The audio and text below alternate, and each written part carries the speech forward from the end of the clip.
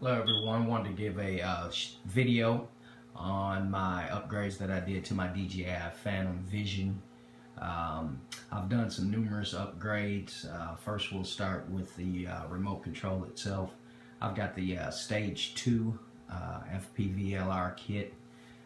Just recently got this here around about Christmas time or something like that, and hadn't really seen any videos on it, really giving detailed information on it, so I decided to maybe post one. You gotta forgive me doing this on my iPhone, but this is the Stage 2 kit. It comes with the 5.8 helical.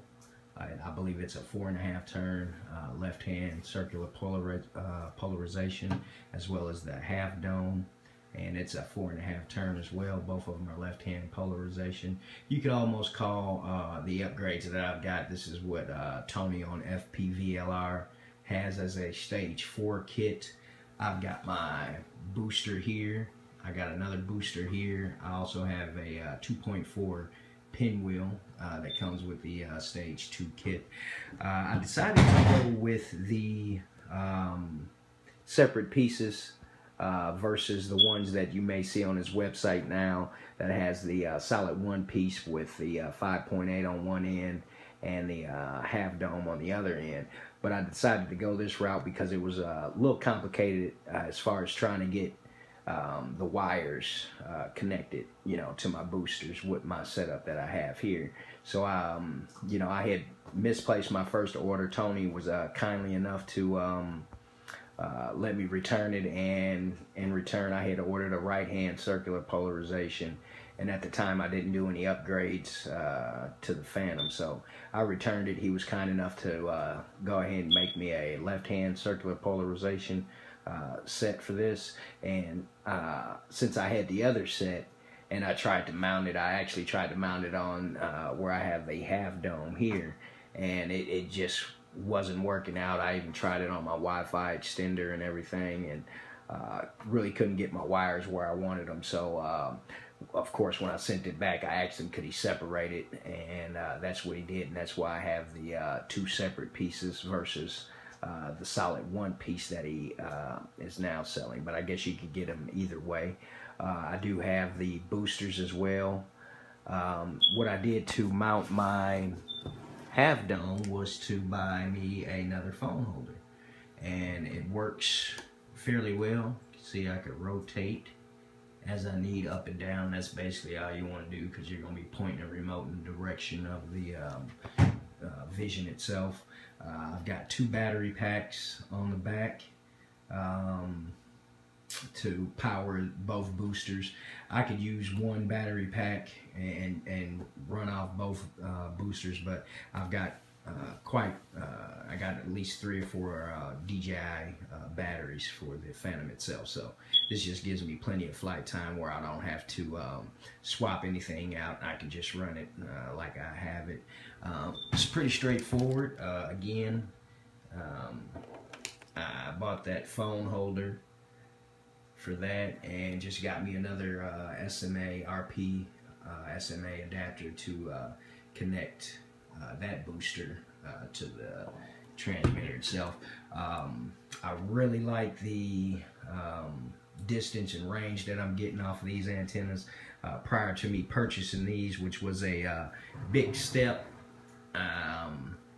you know, because it is quite expensive, versus just putting, you know, maybe some omnidirectional antennas on there or what have you. But I mean, the range right now is just, I mean, it's crazy.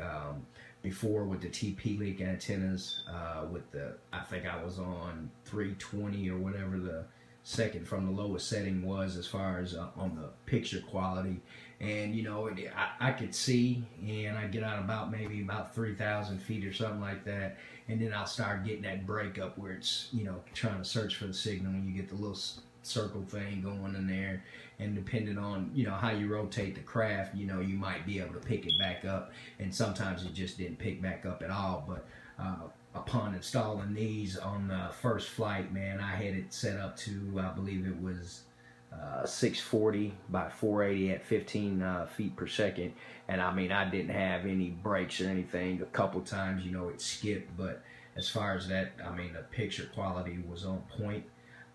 So I also got the 2.4s for the bird.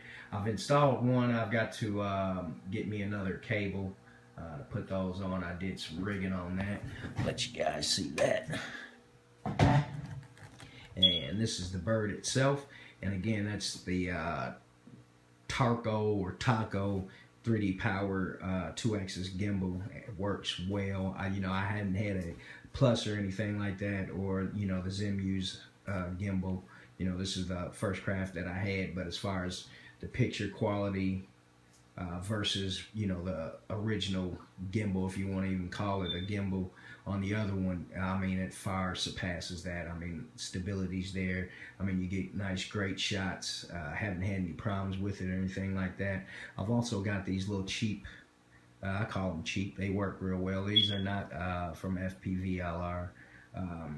Got those off eBay. I believe it was Hobbytown, USA, something like that. But anyway, they are 5.8 left-hand circular polarized antennas for my transmission and RX signal, and got that. I've got two of those, both of those installed, and I just basically soldered those on, cut the wire here and just soldered it directly to there. I haven't had any problems, man. Like I said, I've gotten over, I hit my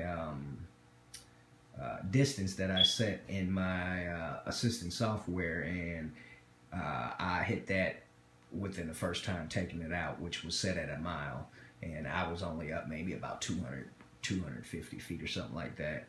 I hadn't posted any videos, waiting on the fly tracks, but this is a 2.4 polarized for my video signal. So I just really put that on today, doing some trial and error. I'm going to see if that works out and see if I can increase my range even further, even though I haven't even stretched my distance yet with the stock camera antenna. So this is going to be a first, and then like I say, hey, I'm gonna put it on that Flytrex.